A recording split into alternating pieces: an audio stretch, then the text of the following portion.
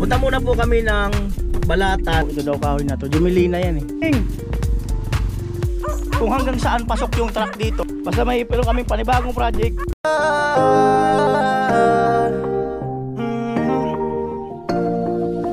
Kung sa pagtulong ng usapan ko, yan olis sa kalam. Wala na akong masasabi sa taon. Kaya mga kanuli, good morning, magandang umaga po muli sa inyong lahat. At eto mga kanuli, ayan, alas 7 ng umaga, 7:05. Punta muna po kami ng Balatan para asikasuhin yung unang gagamitin para doon sa pagpapatayo ng bahay para kay Rica to. Unahin namin yung kahoy kasi para at least meron na kaming pantukod-tukod na magagamit pag inumpisahan yung mga layout at iba pa. Tingnan namin yung kahoy na papatabas daw na kanila kay Rica to, kung gaano ba siya kalaki or gaano siya kahaba. At pagkatapos nyan, pag napaputol na namin yan, kung malapit man, di hakutin papunta doon sa pagtatayuan ng bahay. Tapos ay habang kung sakaling nagli-layout na, ay orderin na namin yung ibang mga materyales para isang orderan lang. At kasi medyo malayo-layo yung aming pag-orderan ng materyales, dito kami kukuha kay Miss Hardware kasi kompleto dyan. At tingnan ko rin kung makakadaan yung truck papunta doon sa likod ng ilog para mas malapit yung hakutan ng mga materyales. At compare nung dito kay Rica, ang hakutan ay napakalayo din. At siya nga pala mga kanuli, maiba tayo. Etong project na to ay hindi natin to masasabi na mapapadali. Dahil unang-una, hinahakot po ang mga materyales. Hindi ito kagaya kay na Mary na nakatutok lang yung mga materyales. Ito ay sa paghahakot pa lang, kung walang maghahakot, magbabayad tayo na maghahakot. Kasi kumbaga yung mga timpahuway ay may kanya-kanya namang ginagawa. So tingnan namin kung ano pa ang aming ibang makakaya na kung makakatulong kami sa paghahakot para hindi na magbayad. O tingnan lang namin. At salamat pa rin. At sana ang pagka minsan gaya niyan, pagka biglang bagay summer na, pagka biglang umuulan, nahihinto ang trabaho, lalo na yan layout, tapos nahihinto rin yung paghakot ng mga materialis. So gusto ko pong pasalamatan ang lahat ng nag-donate or nag-sponsor para sa pabahay ni Rica to. So meron na tayong hawak na nasa 40,000 at mababawasan yon nung charge sa GCash. Ayan, pasalamatan ko si Kuyang, ayan, si Manlalakbay at saka si Dentec. Ayan, so maraming salamat po muli sa inyong lahat. At ongoing pa rin po ang pag-iipon natin ng pondo para sa pabahay kay Rica to. At sana ay samahan nyo kami dito mga kanoli, dahil sa ako malakas lang ang loob ko na mag-umpisa ng project.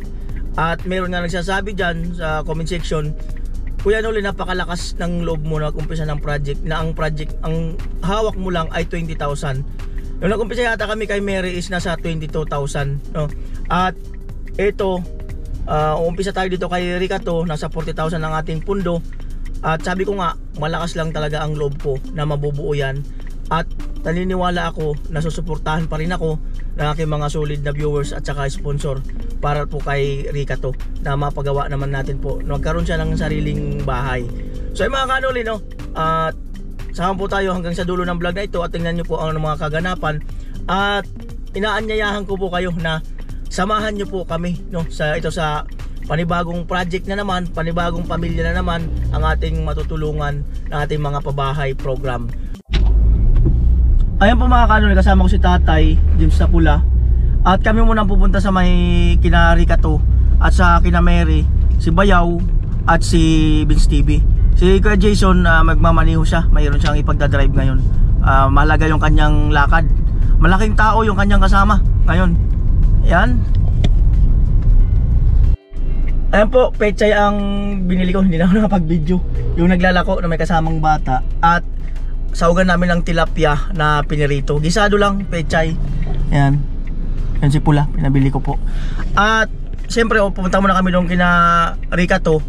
Tapos doon babalik kami dito kina Mary para diyan kami tatangalian at ituloy din yung ibang ginagawa ni Tatay. Ayan po, idaan namin yung ulam dito kina Mary. Bali 8 tilapia pala yung Ah? Wala naman siya siyang pambalot. Wala pambalot yung nagtitinda ng ano, ng pechay. Siguro dahil nga sa lako. At yung mga nilalakuan na naman niya, bahay-bahay, kaya wala ng plastic. Kaya maigi na rin yan, wala na siyang daladalang plastic. Sa ibang barangay, bawal na yung plastic para at least sa kapaligiran naman natin yan. Kasi yung iba, kinakalat din lang naman yung mga plastic-plastic na ano. Matagal pa mabulok. Di kagaya nung, wala na, dahon-dahon na lang. As long as na hindi naman matatapon yung, hindi naman sa sabaw eh. Sal muna kami, nagugutom ako. Mahirap magtrabaho na nagugutom. Sana mayroong ano, may almusal dito. Yan po. Ay, wala na. Ay, almusal. Kuya, pansit lang. Sige po, pansit na lang po. Ano po, ano pansit po yan? Yung Yung may sabaw, ganun no? sige po, tulo. Pansit na lang po, mga kanon tulo. Ayan. Wala nang ano, wala na silang ano. Ubus na. Tuman. Patay ibos.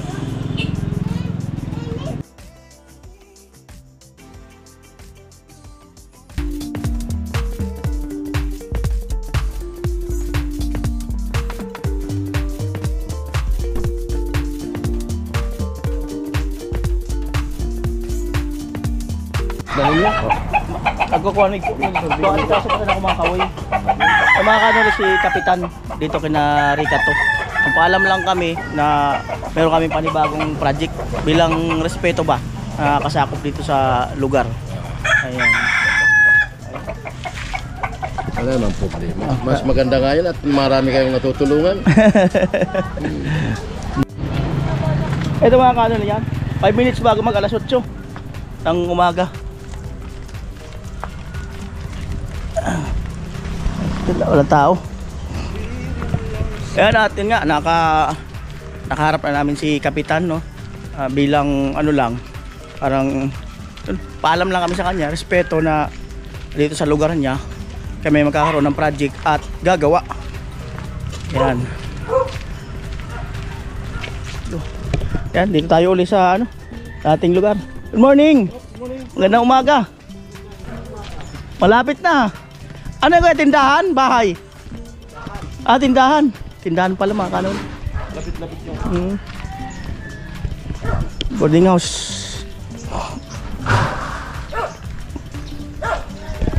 Eto. Kumain muna kami kasi nagugutom ako. Sinisikmura ako. Mahirap. Mawalan tayo ng power pagka yung nagugutom. May ano na ako ngayon eh.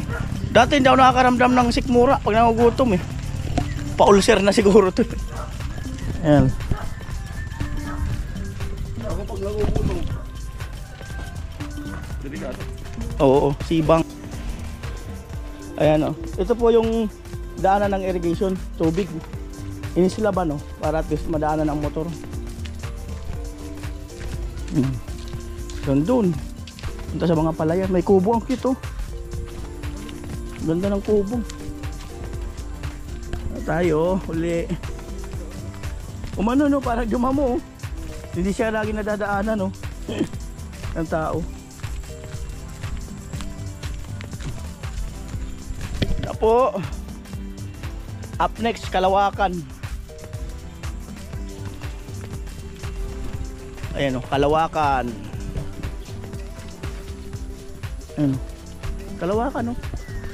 Ay mo talaga. Kalawakan. Oh. Me. Kalawakan. Yan po madadaanan natin ang bahay ni Rica 1. Tahimik ang bahay ni Rica 1 no? Tahimik.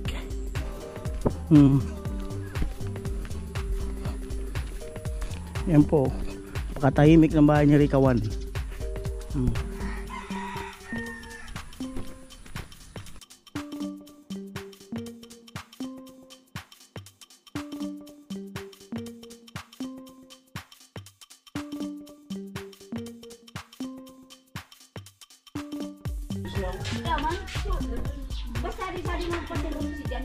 Umaga na.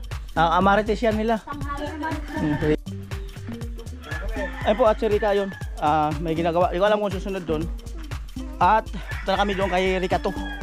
Para matingnan yung kahoy. Yan na po.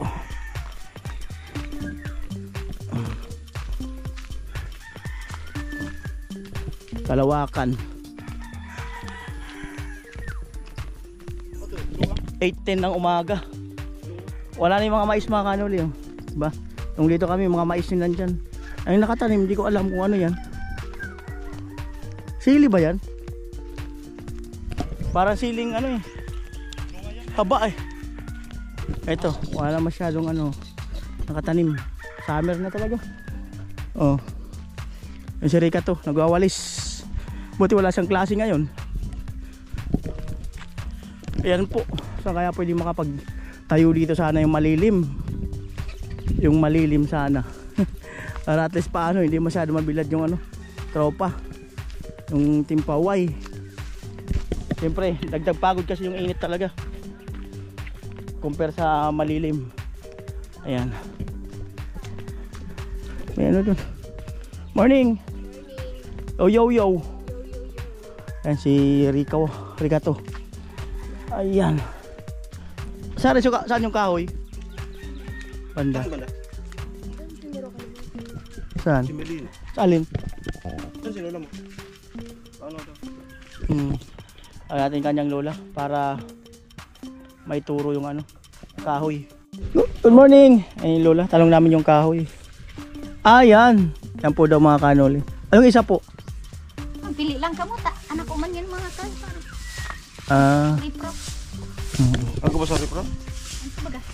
So ito, Hindi sa pa. sabi ni lola, ito lang daw, ito daw kahoy na to. Jumelina yan eh.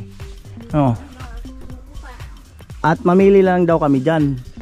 Sa Mga burak pagkaramram. ipapatistis. Ayan. Ayan da, yung mga yan. Sa kanila din daw yan. Maliit mga kanoli, pang ano lang to. Pamposte to eh. Pamposte yan bahay yan. Ganyan yung kay Tatay Kidoy eh. Pinustehan namin ng mga ganito. Pamuste to mga kanoli yan. Maliliit, sayang. Sayang lalaki pa yan, mapakinabangan pa sa future yan. Ayan.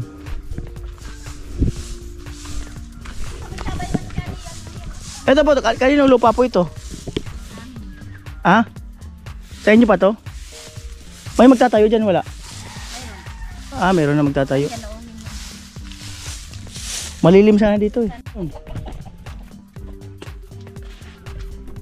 So mga kanoli, yung unang tinuro ni Rika to dyan. So sobrang init. So hanap kami ng ano, ng pagtatayuan talaga na yung medyo malilim. Doon daw may puno ng mangga. Ito malilim din. Kasi pag doon na yung araw, sa pool pa rin. Pero tayo lamang pa rin tayo may malilim.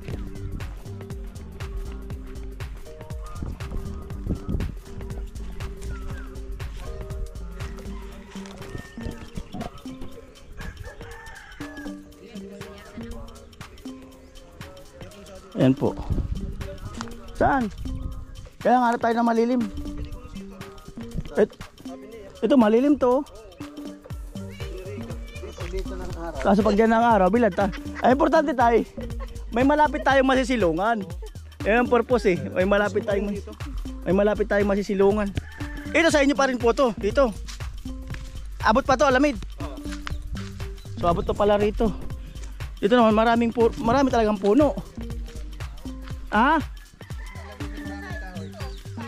Pag dito kasi magpuputol. Diba tayo no? Sulin man yan. Pag pinutol, mainit na naman. Pwede kang maggatong-gatong. Pwede ka dito Rika to. Kasi may mga magagawan ka ng tambayan dito. Kaya nga puno. Tay, tingin mo dito tay.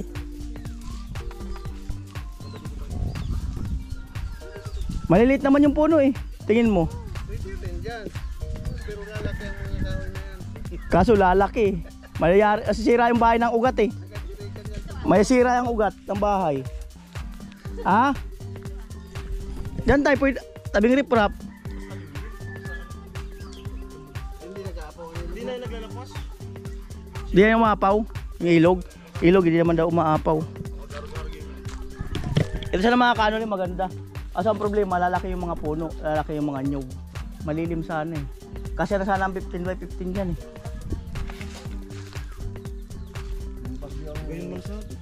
Kasi ang problema yung mga ugat, masisira din lang yung flooring. Doon, pwede rin doon oh. Malilim. Pwede nga, saan sumisikat ang araw dito la? Sumisikat araw. Sa sirangan. Saan banda? Sa sirangan. Asan pa niyan? Dito? Sade. O yan daw sumisikat ang araw. Ha? Sa bahay dito nagsilang oh. Sirang dyan. Mm. Pag dyan na yan, may So malawak mga kanol. Daming pilian. init sa di mga bandang ko naman. Dito pwede rin dito. CR, mababago man yan. Mababago man yan. Doon pwede rin. Pag okay yan. Dasa din. Dito? At least maluwag. May silungan naman dito eh. Ayan. Ganda yung ambience. Tay, tingin mo tay. Dito? Dito o dito? Depende kay Rika kung saan gusto.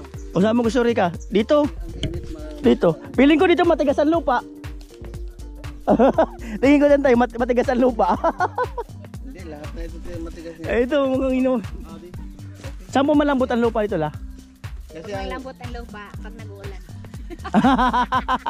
init kasi Eh ngayon, nagsisiminto ngayon na mainit. Pero sa ilalim lang lambot ng kuwan na. Oh, dito. Ito mga kanoli oh. Pwede na yung iba. Maganda to eh. Ayan oh. Ito yung maluwag talaga. para na init. Dasa di mga bato. Lalo kung may kahoy. Hindi naman masyadong dako ng bato yan. Ang dako ng bato na dyan. Saan magandang iharap tayo ang ang pintuan? Amo di dako bato tayo pinagtapon. Harap doon, no? Galing sa tubo. Parang kay Rikawan din. Harap doon. Gagaya kay Rikawan. Magano, paspopos na sa araw. Bagay dyan ah, Ano magayon yan man ang dyan. mga pamanin ng mga matatanda yung Ang CR nyo yan, mawawala man yan. Kasi siyempre magkakaroon siya ng CR eh. Ayan. Ayan. Ito mga kanoli maganda. Saka maluwag, malaki talagang wala na masyadong punong puputulin. Sayang eh. Butangan sa duyan. O dito pwede tayo magduyan-duyan yan. Ay mga kanoli, pwede na pala kami mag-barracks dito para rin na kami mag-apartment. Kubo-kubo na lang kami dyan pag ano. So ay mga kanoli, yun na po ang final. Ito rin po ang gusto ng ano ni Rika to. Dito na lang po kasi ay yan, tanaw mo yun. Pag gising tanaw yun. Ano gising tanaw din yun. At dito meron siya pwede siya magkaroon ng tour tambayan diyan, no. At kaming gagawa ay hindi masyado maiinitan, may silungan. Pwede na kami magtali ng mga duyan diyan. At yung advice ni tatay, yung pinakitang kahoy ng lola ni Rika to, Jimelina, matibay sana siya. Kaya lang ang problema, maliit daw, sabi ni tatay, kaunti lang ang makukuha. At isa pa, nangihinayang ako na putulin yan. O pwede pa siyang lumaki ng mga ilang taon at mapakinabangan pa ng mas maganda. Eh kung puputulin namin ngayon, kaunti din lang naman ang makukuha, masasayang din lang. Diba? Kung instead na palakihin na lang muna para mas mapakinabangan sa future. Malay mo, si Rika to, mapakinabangan niya kung meron na siyang magkaroon na siya ng asawa sa future, di ba? Yan na lang magpatistis. Ano la, kumusta naman la? Palakihin. Kumusta naman? Ito, malapit na mag-umpisa ang bahay ng apo mo. Buti naman na naisipan ninyong para kay Rika. Salamat man niya ako, naabot pa ako sa project nila. Saka ano, may masisilungan din kayo pagdating ng may unos. Kapag ako kaya bagyo, nahirapan kami pagrakit-rakit ka mga gamit. Po. Kaya salamat man ako na may apo ko na nakaiba sa kuwan ninyo project. So, Permanente na sana. Payag-payag ang balay. May bahay man kaming malaki. Pag abot sa bagyo, yan, nilalayog ang kuwa. bubong. Tapos walang mga kuwa. Namagamit ko for basa. Oo. So ay mga kanoli, sabi ng lola ni Rika to, maraming salamat dahil sa inabot ng pabahay project ang kanyang apo. At bukod doon, mayroon silang malilipatan na pagka yung talaga may bagyo. Dahil yun daw, minsan nililipad yung bubong at basang-basa ang kanilang mga gamit. So ito mga kanoli, pakita ko lang yung setup na sabi ko, di ba, ang aming mga deliver ay dito na namin ipapababa kung hanggang saan pasok yung truck dito. Kasi at least, mas malapit-lapit dito sa aming hakutan. So pasok naman ang truck dito mga kanoli. Yan, may hagdanan. Ito, mula doon sa dulo ng ilog na yan, papasok ang ano dyan, ang truck. Hanggang dito na ang aming babaan. Tapos mas malapit din ang kuhahan ng buhangin. At graba. So kung may maghahakot man, ay malapit na mga kanoli. So ayun lang. 50 meters. Oo. mas malapit to compare doon kay Rica 1 sa paghahakot. No, siguro, di ko lang alam kung kaya na namin na kami na rin lang maghahakot. No? So kung may tutulong na mag-anak din ni Rica, siguro, salamat. Yan. So at least ano na yung plano. At ngayon, ilista namin ni tatay, kukulamber na lang aming gagamitin dyan. At pupunta kami doon sa bilihan ng kukulamber para maiano yung mga gagamitin namin. Alright mga kanol, excited na naman ang team. Basta may pero kaming panibagong project, ayan na naman yung aming panibagong energy. Ayan, pagkapatapos na, matamlay na kami lahat eh. Siyempre, hindi kagaya nung umpisa pa lang, maghuhukay, mag-aasintada, mag-ahalo. Ayan, kakaibang energy na naman. At, ang kagandahan, malapit din sa gripo. Tinanong ko kanina kung may gripo na tubig na malapit na pag ano, may gripo. So, medyo mahina lang data ang singaw yata daw yung tubo. So, tingnan natin yan pag nandito na kung anong magagawa. Ano na lang kami, feedback kung kailan talaga ang pinakang umpisa. Yan. Opo. Yan, Rica to. Ito na kami. Alright.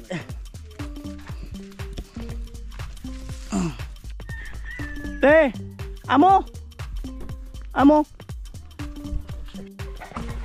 Rica, hello. Ito muna kami. Ano gagawin mo today? Anong... yung sunog daw ang bahay, sabi. Pigtog ko ba nangyari ka sa bahay? Pumusok na. Kami. Ano pala may pinapasabi sa'yo? Uwi na kami. Alright. Ayan. At Aileen. Si Aileen. Ay, good morning. Magandang umaga. Yo. Seatbelt.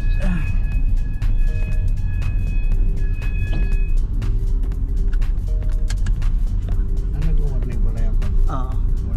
Ayun po mga kanuli, punta kami doon sa bilihan ng kukulamber. At siguro hindi ko muna orderin. Saka na pag nandyan na kami, mag-ano lang ako, patanid or magpapareserve. At magtatanong kung kailan sila may stock. So baka may stock ngayon, so ipapareserve ko na. Gawin, maganda na yun, parang. Alright mga kanuli, andito na kami sa may kukulamber suki. Ayan.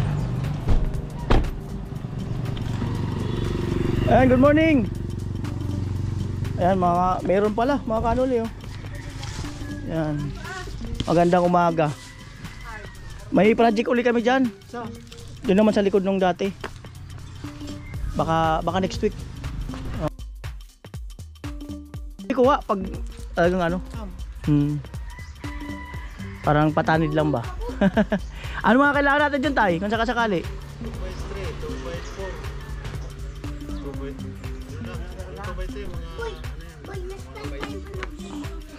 tirahan mo kami nung pang ano, yung mga matugas. Oo. Mga kuno pa. Itong papasok na linggo na to. This week. Parang ka diyo. Argo ki Rica. Kaya ko mayroon ng mga ganito. Pipilit talagang pipilit ko. Maba ng arog ka.